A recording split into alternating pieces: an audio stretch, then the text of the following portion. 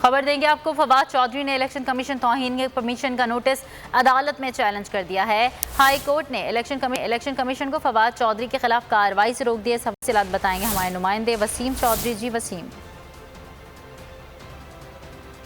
वसीम चौधरी से राबता करेंगे, अपने नाज़रीन को आगाह कर दे। फवाद चौधरी ने इलेक्शन कमीशन तौहीन कमीशन का नोटिस अदालत में चैलेंज कर दिया। हाई कोर्ट ने इलेक्शन कमीशन को फवाद चौधरी के खिलाफ कार्रवाई से रोक दिया। फवाद चौधरी की दरख्वास्त पर इलेक्शन कमीशन को 7 सितंबर को नोटिस जारी किया। Lahore high court Rawalpindi bench ने फवाद चौधरी की दरख्वास्त पर समाअत की। अहम अपडेट आपसे शेयर कर रहे हैं। फवाद चौधरी ने इलेक्शन कमीशन तौहीन कमीशन का नोटिस अदालत में चैलेंज कर दिया। मैं हूं जैस्मीन मंजूर और आप मुझे देखेंगे सिर्फ बोल पर।